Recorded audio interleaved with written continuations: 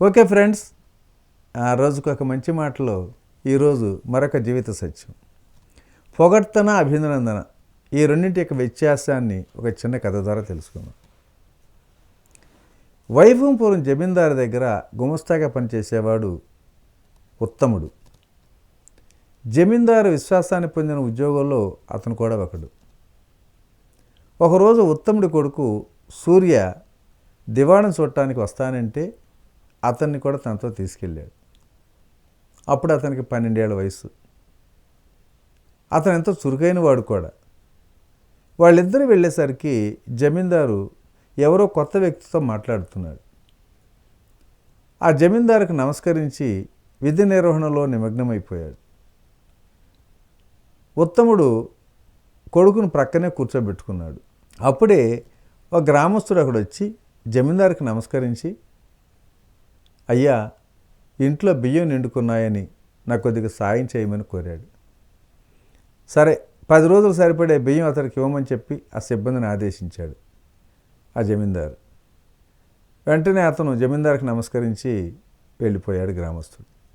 ఆ జమీందారు పక్కన ఉన్నటువంటి వ్యక్తి ఇదంతా చూసిన తర్వాత, ఆహా, మిమ్మల్ని చూస్తుంటే సాక్షాత్తు ఆ దేవుని చూసినట్లే ఉంది.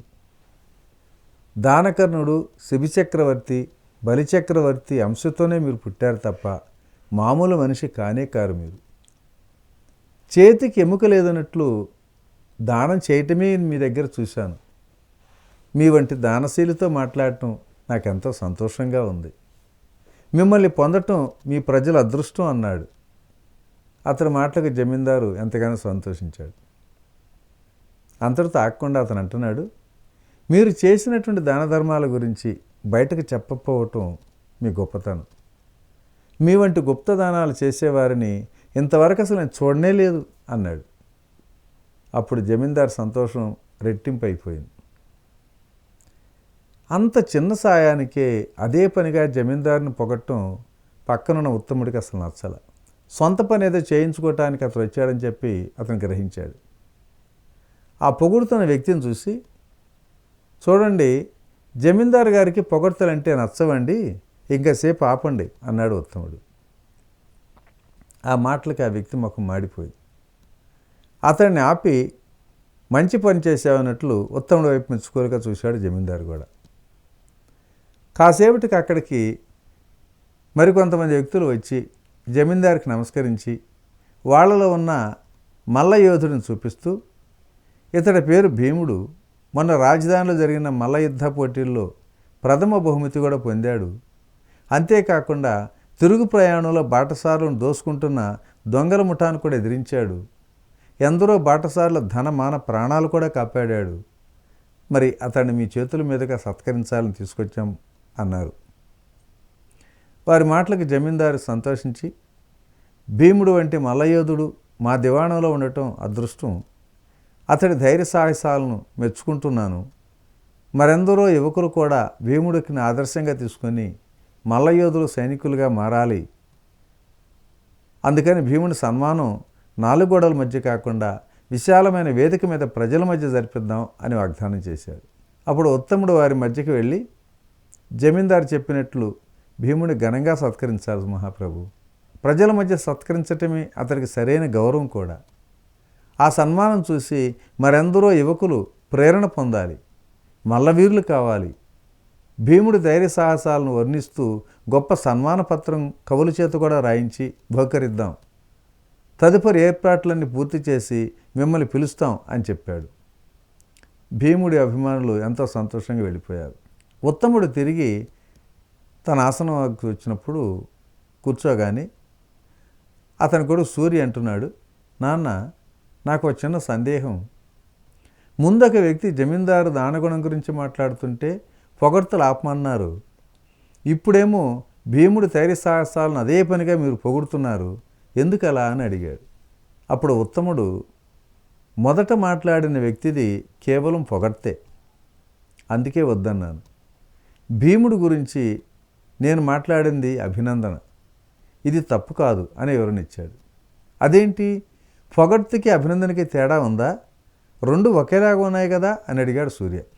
అప్పుడు ఉత్తముడు అంటున్నాడు, అవసరమైన దానికంటే ఎక్కువగా వర్ణిస్తూ ఎదుటి వ్యక్తిని మునగ చెట్లు ఎక్కించటం పొగడ్త. అవతల దారి నుండి ఏదో ఆశించాలని లేదైనా తన పని జరిపించుకోవటానికైనా సరే అలా పొగుడుతూ ఉంటాడు. నిజానికి జమీందారు చేసిన చిన్న సాయానికి అంత పెద్ద పొగడ్త అక్కర్లేదని నా భావన. అందుకే అతన్ని వారించాను అని చెప్పాడు. మరి అభినందన కూడా మునగ చెట్టు ఎక్కించడం లాగే అనిపించింది, మరి ఇది ఎలా అన్నాడు కొడుకు సూర్యుడు. అది ఎంతమాత్రం కాదు నాయన.